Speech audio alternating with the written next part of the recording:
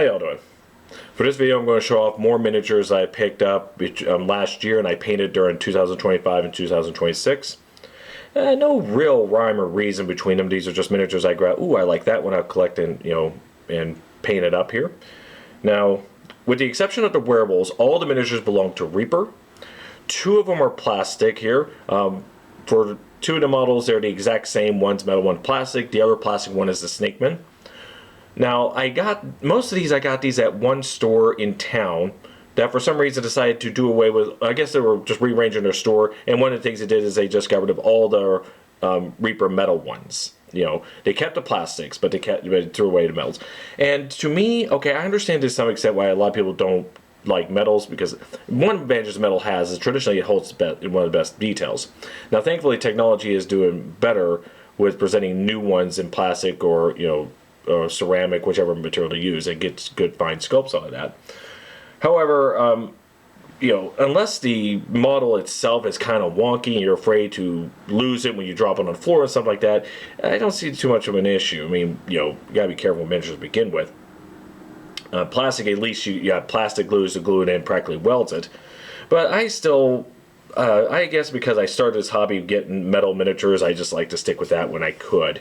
But there are some models that I understand you don't want metal. The old-fashioned Games Workshop dragons, when they were all made of metal, were a pain to work with, as a friend of mine can attest to that. He even has some medals from Warhammer 40,000 that were all metal. He just can't seem to keep holding it, pinning it, what have you. It always seems to fall apart. But I digress a bit. So, let's see. And so I got most of these, some of these miniatures because they're getting rid of the metals in the store, and they were doing away with them in mystery boxes. You grab a box and it has 3 random miniatures into it. I kind of cheated a little bit. They did see me, but it didn't, didn't make a big deal about that because I was looking in the boxes to see what they in, and I kind of picked 3 that I wanted out of that. So there was that. So I'll point out before each miniature the names of these. So if you want to, if you like them, you can go down to the website. I'll link it down below. Reaper Minis or North Star Miniatures, and you can look for them yourselves and purchase them. And so, but the werewolves, going to them, they belong to North Star Military Miniatures. Again, I'll link that down below in the description.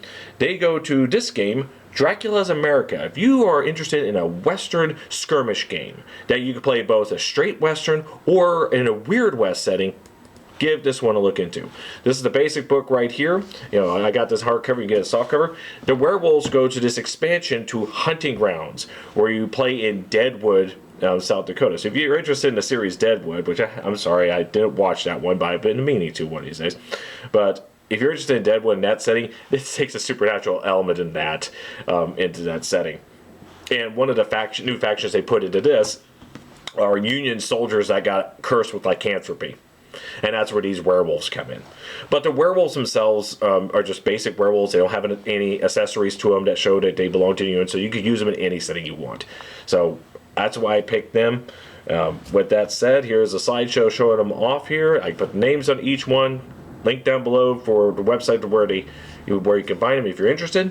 That's pretty much it. Thank you all for watching. Enjoy the slideshow, and you have a nice day.